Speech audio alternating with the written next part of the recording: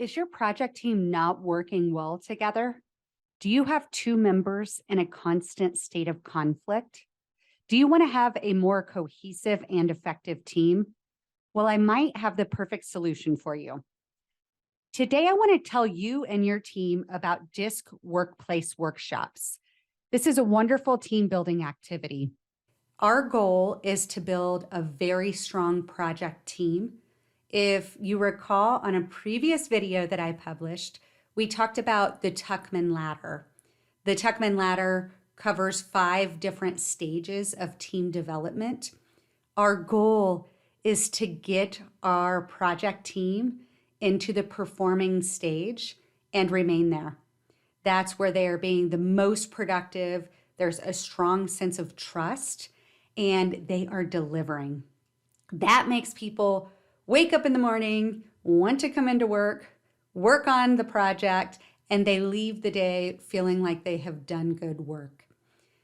Oftentimes, we encounter conflict when we're talking about building a project team. And we also have team members that may be uncertain about how to best communicate or interact with other project team members. So, my recommendation is to be mindful about building a project team early on. I would focus on doing this in the initiation or early planning phase when you're really looking at how you're going to execute. By the time you're executing the project, you're probably going to be heads down and not focusing as much about trying to build that strong team because time simply won't allow. So this is an activity, DiSC workplace, that you should do in the initiation or the planning phase of the project. So what is DiSC workplace? DiSC workplace requires each member of the team to complete a 72-question assessment. This assessment, it is not heavy lifting. It should take about 20 minutes or less. The team should remain in a work mindset while answering the questions. The really cool part is that each person will then get an individualized report based on how they answered the different questions. This 20-page report is very specific to them. The team can then come together via the DiSC workshop and discuss their similarities and differences. This helps them better understand themselves and others. The profile reveals where your priorities are and the primary areas where you may enjoy focusing your energy. It discusses things that motivate you and what creates stress for you. And then it provides recommendations on how you can best work with the other styles. As you may see on the screen here, there are 4 different quadrants to DiSC workplace. We've got D, which stands for dominance. We've got I, that stands for influence. We've got S, that stands for steadiness, and C, that stands for conscientiousness. When we're getting results, individuals will have their result dot, is what it's called, placed somewhere on this circle to let them know how they answered the questions. What DiSC is not about doing is stereotyping anyone or to use it as an excuse, such as, I'm a D, I'm very direct and I just want to get results, so you have to accept me the way I am. It's not about that. It's about self-awareness and understanding those that you work with so that you can tailor your style so that when you're communicating, you're doing so that the person on the receiving end is receiving and understanding the message. That's very important. So let's talk a little bit about the D quadrant, what's associated with the D quadrant. You heard me say that D, if I had to summarize what is most important to them, they want results and they want them to be immediate.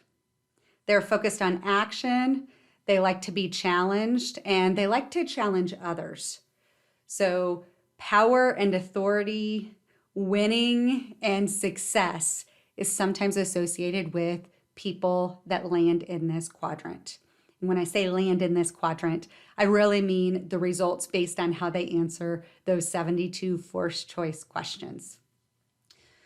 What they really fear is loss of control or not being able to get those results. Being vulnerable can be uncomfortable for them.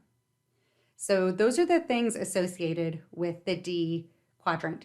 They like to move fast and they like to get results. The I stands for influence. If we think about the I quadrant, one of the most important things is relationships. They really like to build relationships. They like to express enthusiasm. They have a lot of ideas. They also like to take action, and they love collaboration. So love collaboration here. What can be a little bit challenging for the I quadrant is follow through and being a bit disorganized. So sometimes they have too many great ideas and they're really enthusiastic about all of them. And so they may not be as great about crossing the T's and dotting the I's. And if you're picking up here, wow, D and I sounds a bit different. They are, and that's going to be the case for all of our quadrants, which is why it's important to have a well-balanced team, meaning we want people from each of the quadrants on our project team. So we're not all D's, we're not all I's, we're not all S's, we're not all C's. So having a mixture is a beautiful thing because some people's strengths may be other weaknesses and vice versa. So let's move on to the S. S stands for steadiness. And if I think of one word that I would use to describe this quadrant, these people are your peacemakers. They like stability, and they really are those that think about people. And so they are very good at supporting ideas, bringing harmony to the workplace, very patient, team players. Some of the areas that they might struggle, sometimes they're too accommodating, which means they get too much on their plate at one time versus kind of drawing the line. Indecisiveness, because they are peacemakers, sometimes they don't want to rock the boat. And so not making a decision sometimes occurs out of that. Our C's, conscientiousness. Our C's are great. The one word that I would associate with the C's, accuracy. They're great at attention to detail, challenging assumptions. And so they really like to kind of poke holes in maybe the ideas of the I's or try to slow down progress or results from the D's by making sure that it's done the right way. So some of the weaknesses here, sometimes overly critical. So maybe when in a brainstorm mode, they have a challenge doing that and they're poking holes in all of the brainstorms. Sometimes over-analyzing, so striving for perfection or analysis paralysis, if you have ever heard that term. Our C's and our S's tend to be a bit more introverted, tend to appreciate some of that heads down type of work. Whereas our D's and our I's, they tend to be out there a bit more extroverted. And I think that this is important to note because when we're talking about differences, if someone loves to be in their office, heads down, buried in a spreadsheet, and someone else is coming in and out asking them questions or interrupting them, that may not lead to the most productive workplace. So when we're talking about tailoring our own styles, something I talk about in the Tuckman Ladder video is creating a team charter. So how is it that we will interact with each other? Do you want a phone call, a text, an email? Do you want an IM? Do you want to be able to put on do not disturb if you're working on something that requires a lot of attention and focus? Creating a team charter can be really, really valuable to reduce the amount of conflict and have team members interacting in a way that's very comfortable for them. When we're talking about DiSC workplace, this directly supports those conversations. Oh, I had no idea that you would appreciate if I contacted you by this method. I always thought that you wanted to be contacted in this method. So understanding others and where their natural style, when I say natural style, I'm really talking about personality and experiences combined. So that's generally what drives how people are answering those questions within the DiSC workplace assessment. It's personality and experiences.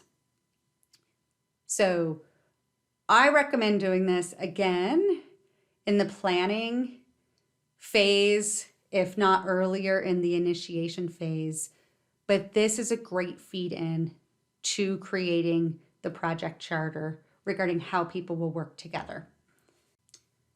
Something else that is very cool about DiSC workplace is that if you're having conflict between two people, so I know that I'm having a challenge with Kandis and Amanda, that they're not seeing eye to eye, they're not really understanding how to best communicate with each other, you can actually run a report that pulls in their DiSC workplace results into one report that they can then sit down and go through.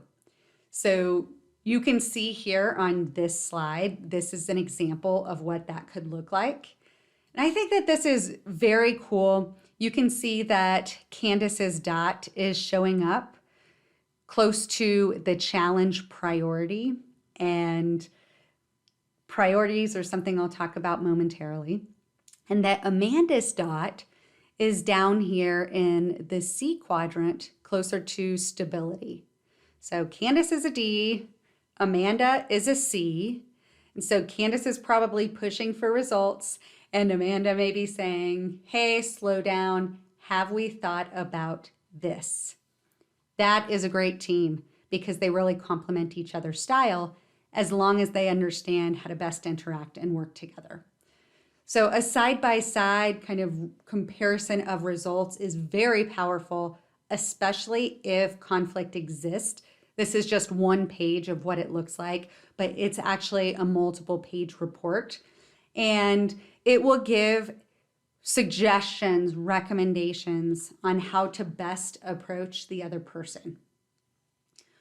When I mentioned priorities, which there are words on the outside of the circle, every individual that takes the DiSC workplace assessment will have 3 priorities show up.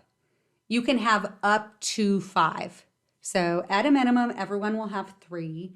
You can have up to 5 priorities that show up based on how you answer the questions in DiSC workplace. The ones that are generally associated, if you come back with D results, are challenge, results, and action.